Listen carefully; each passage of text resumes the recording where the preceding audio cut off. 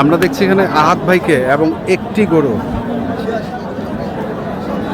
আহাত ভাই একটাই ধরে একটাই আছেন? আচ্ছা, বয়স কেমন এটার? 2 দাঁত। এটা কি পালার না মাংসের? দুই দিকেই যাবে। দুই দিকেই যাবে। গরু অনেক সুন্দর, গরুটা সুন্দর আছে। এখন ওজন কতটুকু হবে আহাত ভাই? হ্যাঁ, 4.5 মণ প্লাস। তো কত দাম চাইছেন? 35। 135। বেচা 25। এটা ফিক্সড? একবারে বলেন 22,000। 1,22,000।